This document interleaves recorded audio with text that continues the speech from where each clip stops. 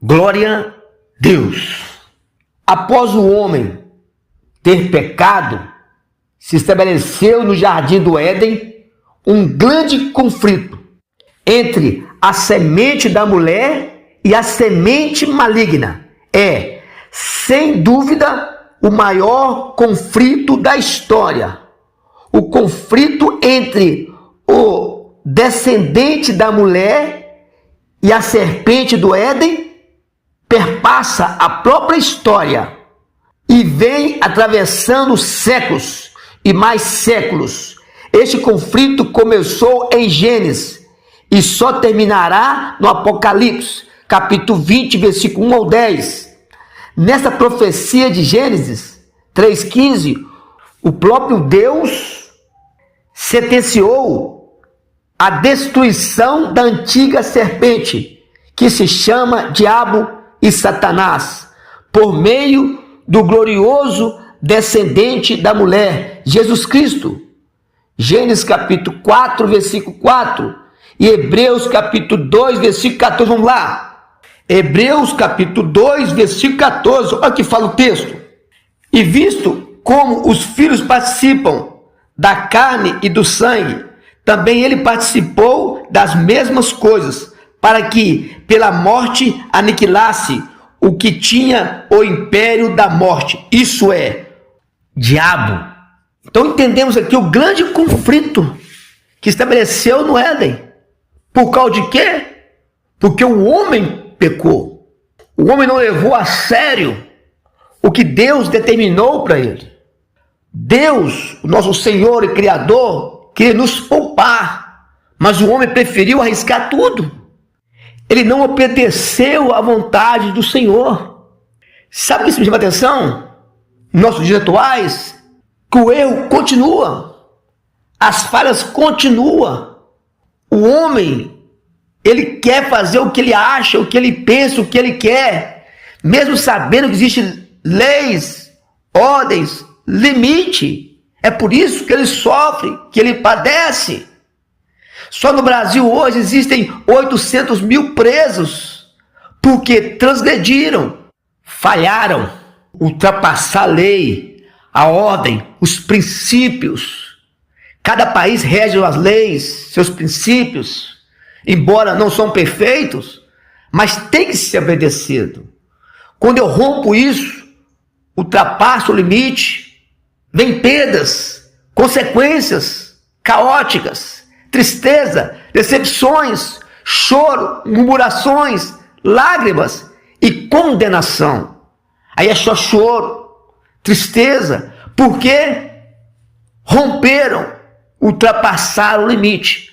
Por isso, amada igreja, nesta noite, eu vos falo, fica atento, observe o que estão fazendo, pede Deus direção, conscientiza que precisa fazer ou não fazer, é hora de fazer, porque as queixas virão, murmurações, problemas, dores, sofrimento, e Deus que nos ama quer nos poupar de sofrimento.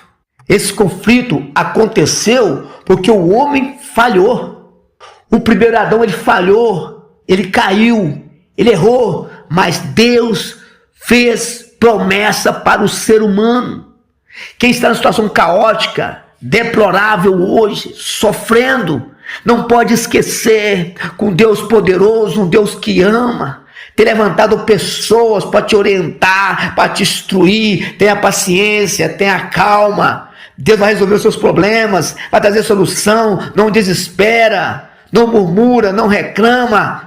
Ore a Deus, busca a presença de Deus, arrepende do teu pecado. Mas o homem continua fazendo o que acha. Por isso há sofrimentos. Mas nesta noite eu tenho uma boa notícia. Nesta noite eu apresento aquele que muda qualquer situação, que faz o que é nada algo novo. Nós estávamos condenados, mas ele veio, pagou nossa dívida, riscou a cédula, nos prometeu algo maior e poderoso, uma eternidade com ele. Mas para isso precisamos ir até o final. O Satanás, nosso adversário, tenta de várias formas e maneiras para destruir a raça humana. Tem várias tentativas de destruir o ser humano. Foram muitas as investidas da semente maligna contra a semente divina. A guerra já estava travada no reino espiritual.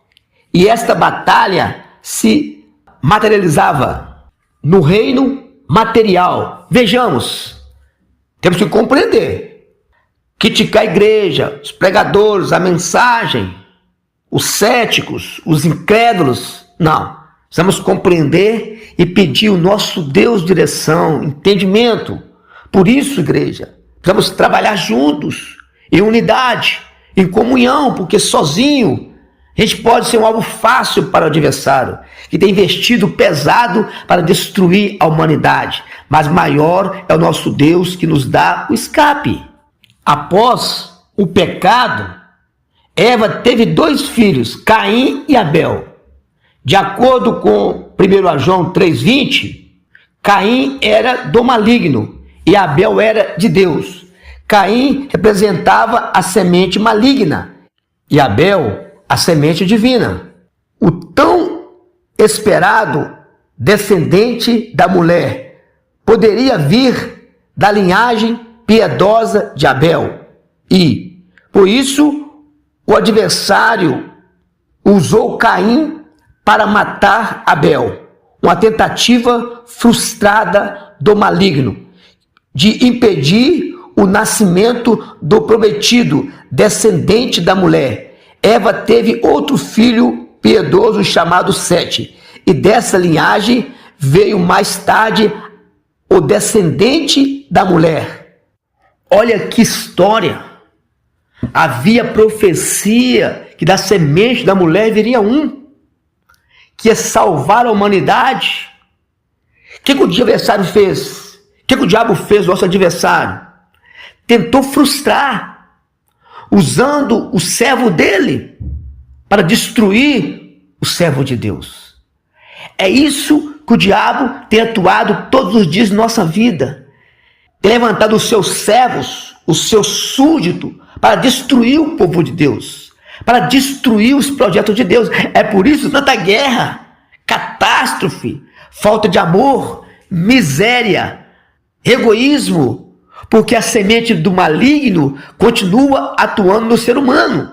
Desde Caim até hoje, as pessoas têm dado legalidade, liberdade para ser instrumento do diabo. Por isso, amado irmão, amada igreja, observa as suas atitudes, os seus passos, o que está fazendo, quem está te usando você, se é Deus ou se é o maligno, porque o inimigo continua trabalhando incessantemente para destruir o povo de Deus. Não dá legalidade, mas busca a presença de Deus, santifica a tua vida, se prepara para Deus te usar. É sempre assim, esse conflito é antigo e só vai terminar no julgamento final. Por isso, fique atento, se prepara e dá o seu melhor. Mas como o Senhor não perde tempo, está ligado em tudo, domina tudo, ele logo tratou de levantar mais um filho de Adão e Eva, Sete, homem íntegro, reto, que andava na presença do Senhor. É daí que vai surgir o Messias, o Salvador, para Deus cumprir a sua promessa. Não importa o que o inimigo faça ou se levante, Deus sempre tem uma saída, ele está na frente, porque o nosso Senhor é o Deus Todo-Poderoso. No livro de Lucas, no capítulo 3, 23 ao 38, lá fala da genealogia de Jesus. Eu vou ler só o versículo 38 para você entendermos um pouco mais as escrituras. Você pode ler depois em casa, depois, com mais cautela, passo a passo. Eu vou ler o versículo, vou ler o 37 e o 38. Fala assim, ó. E Lameque de Metusalém, e Metusalém de Enoque, e Enoque de Jared, e Jared de Malalei, de Cainã, e Cainã de Enos, e Enos de Sete, e Sete de Adão, e Adão de Deus. Ou seja, daí que viria o segundo Adão, que é Cristo, o nosso Salvador. Eu quero nesta noite fazer menção deste nome que é poderoso. Jesus é grande, é o Todo-Poderoso, é o Ser Supremo, soberano. Jesus Cristo é maior do que Sócrates, o filósofo ideal. Jesus Cristo é maior do que Platão, o maior pensador da história.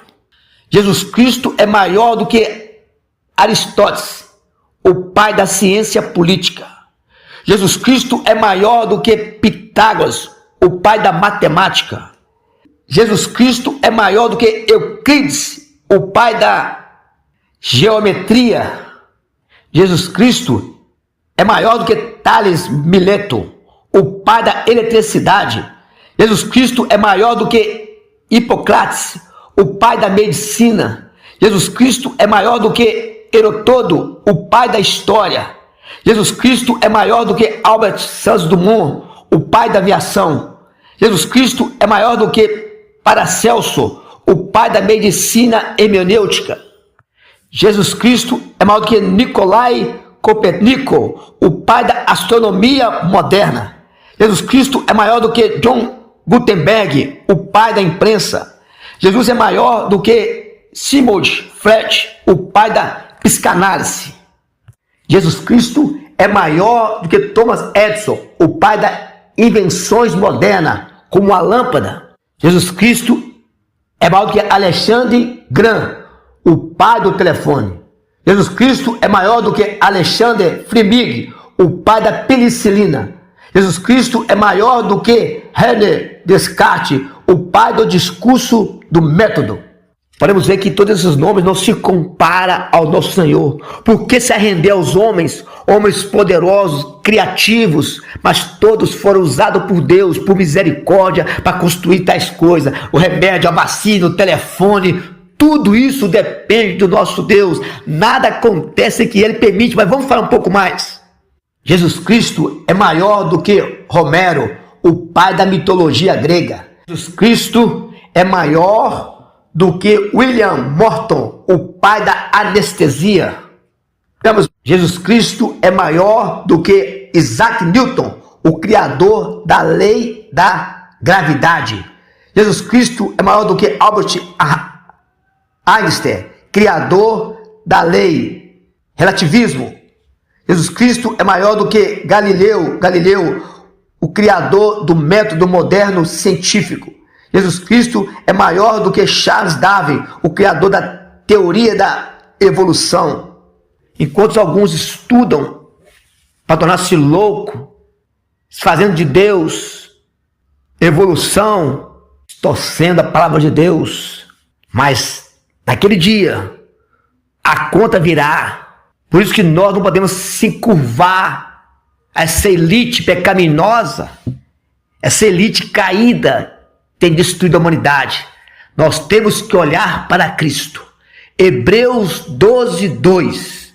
Olhando para Jesus, o autor e consumador da fé, o qual, pelo gozo lhe estava proposto, suportou a cruz, desprezando a afronta, e assentou-se à destra do trono de Deus.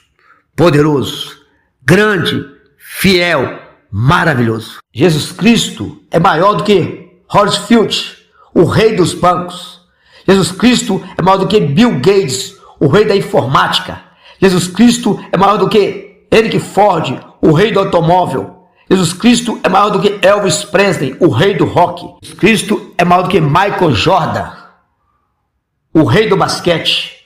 Jesus Cristo é maior do que Pelé, o rei do futebol. Jesus Cristo é maior do que André Cornet, o rei do aço. Jesus Cristo é maior do que Jimi Hendrix, o rei da guitarra. Jesus Cristo é maior do que todos estadistas e maior do que Hirohito, maior imperador chinês. Jesus é maior do que Thomas Jefferson, o grande defensor da liberdade humana. Jesus Cristo é maior do que todos os líderes da religião. Ele é maior do que Maomé, fundador do islamismo. Jesus Cristo é maior do que Buda, fundador do budismo. Jesus Cristo é maior do que Confúcio, o fundador do confucionismo. Jesus Cristo é maior do que Allan Kardec, o fundador do espiritismo kardecista. Jesus Cristo é maior do que Joseph Smith, fundador do mormonismo. Jesus Cristo é maior do que Charles Russell, fundador do russellismo. Jesus Cristo é maior do que Abraão, ancestral dos judeus. Esse é o Deus Todo-Poderoso. Jesus Cristo é maior que todos. Ficaria horas falando acerca dele, do seu poder, da sua grandeza e majestade. Vamos voltar para o texto inicial, para compreendermos maior sobre esse grande conflito. A corrupção de todos gênero humano foi outra tentativa frustrada do maligno de tentar impedir a vida do prometido, descendente da mulher. Gênesis capítulo 6, 1 ao 22. Deus proveu a arca para a salvação de Noé e sua família. Jesus Cristo é a nossa arca da salvação. Ou seja, ele é a nossa salvação. Como foi no dilúvio, o povo foi destruído porque rejeitou, não quis renunciar, não valorizou a mensagem do evangelho, que era para ir para a arca, que Deus iria destruir o mundo com água. Muitos duvidaram, questionaram, riram, zombaram, até igual o dia de hoje.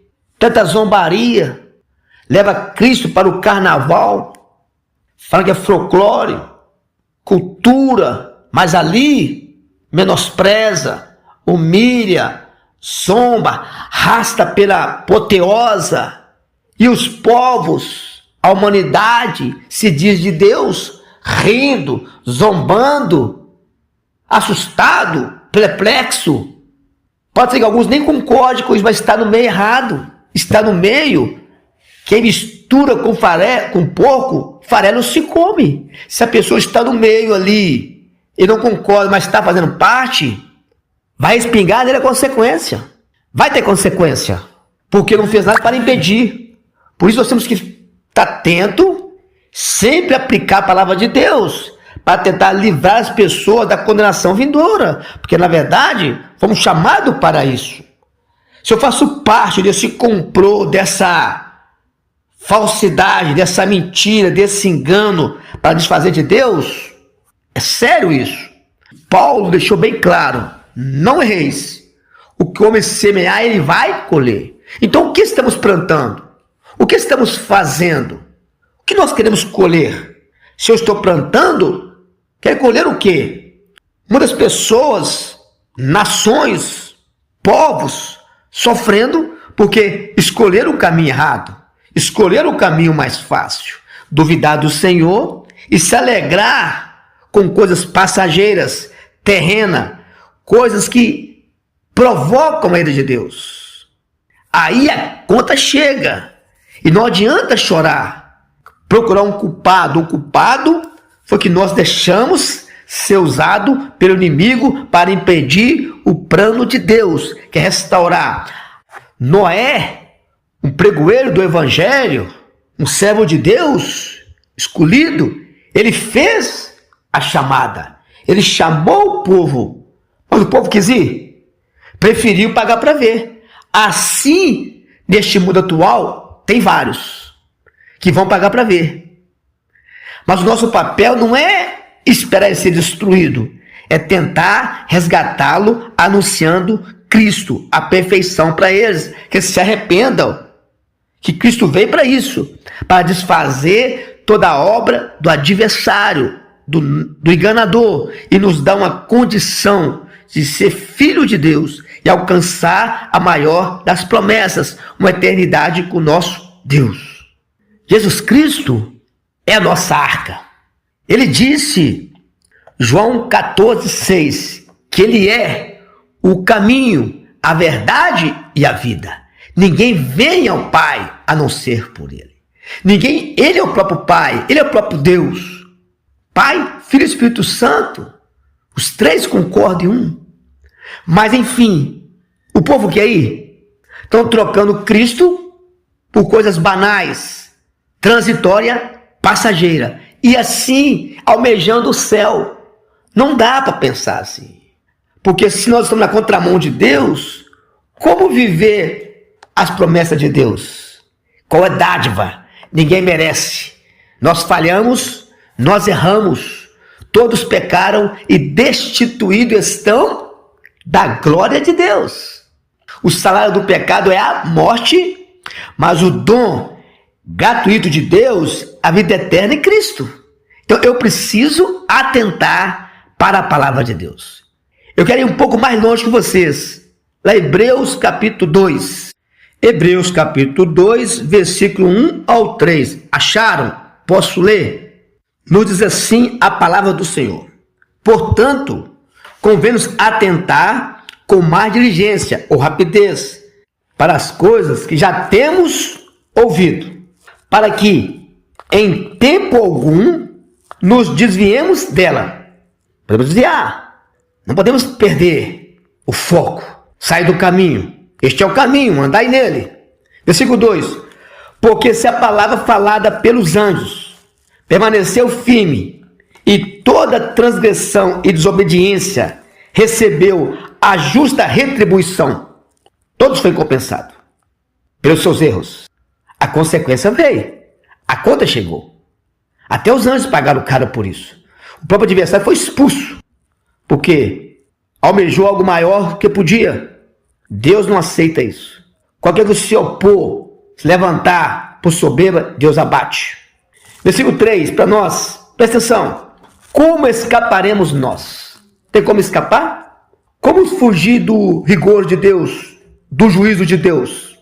Como escaparemos nós, se não atentar para uma tão grande salvação, a qual, começando a ser anunciada pelo Senhor, foi-nos depois confirmada pelos que ouviram?